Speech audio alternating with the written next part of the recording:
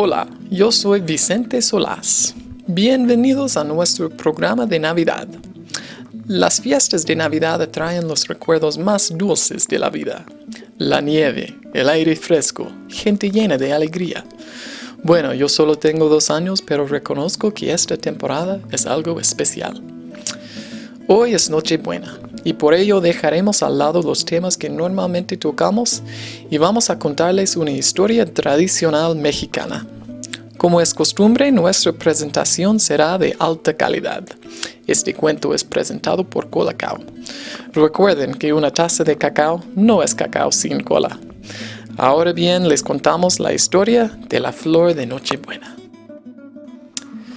Ocurrió en San Pancho, México. Hubo una chica llamada Dedita. Dedita tenía a sus padres y su hermanito Puerco. No se sabía por qué le llamaban Puerco, pero that is what they called him. It was December and the whole village was getting ready for Nochebuena. Every year since the church was finished in San Pancho, they had a procession.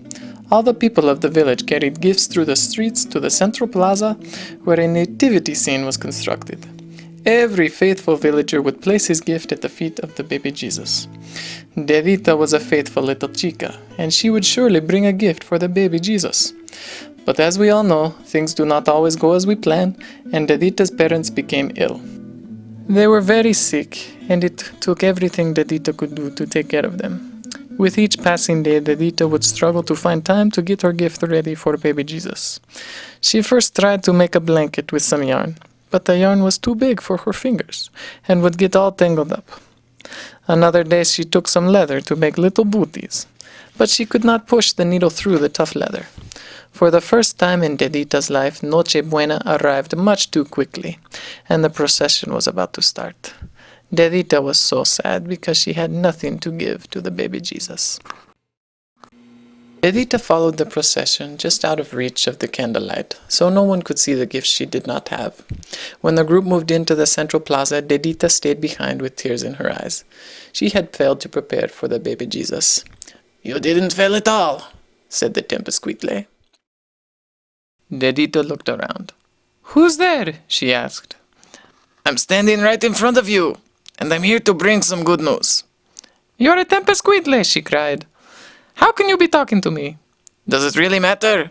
If you want, I can go back and send the fairy godmother, or you can listen to me. Either way, it's the same message." "Okay. Well, then I would like a carriage to the ball so I can dance with Prince Charming and get married and—" "Hold on a second there, chiquitita. Let's not forget where we are. You're Dedita, in San Pancho, Mexico. And I'm your magical Tempescuitle." "I just thought that since you were like my fairy godmother, I better take full advantage. I mean, I'll probably only see you one time in my life." Good point. Okay, now I have a confession for you. We magical Tempescuitle have a different job than the fairy godmothers. They do specialize in turning girls into princesas. My specialty is helping poor people keep the faith and make sure they are not wanting. "So you have food for me then?" Didn't I say I had a message for you? Yes, I did. Okay, so you didn't fail baby Jesus. "Sure I did. I did not make a gift for him." First of all, Dedita, that's not actually baby Jesus. But you are a faithful and good little girl. You took care of your parents, and that was more important. And they are going to get better. "They are?" That is a promise. Secondly, I'm going to grant you the desire of your heart. At least I thought I was till you brought up the whole Prince Charming thing. But anyway, regarding the gift for baby Jesus, you can take anything as a gift, and he will accept it because of your pure heart." "Anything? But I have nothing to give." "Find anything, and it will be accepted. That's another promise." "How will I know?"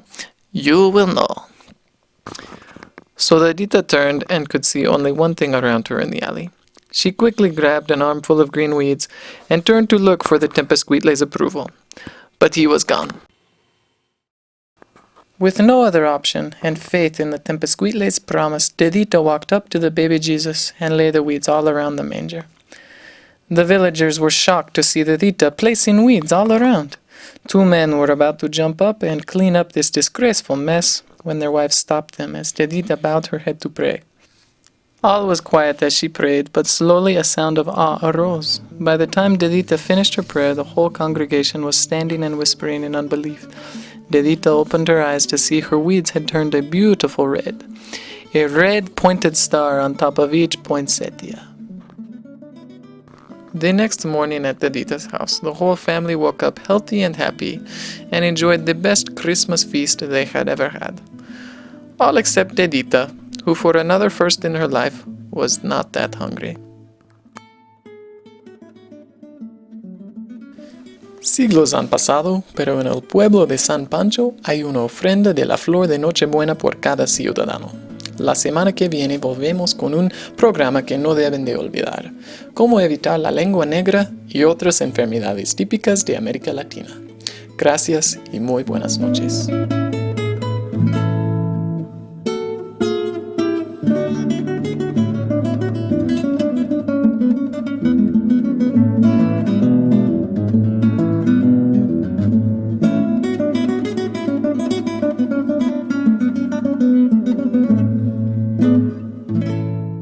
Take care of them.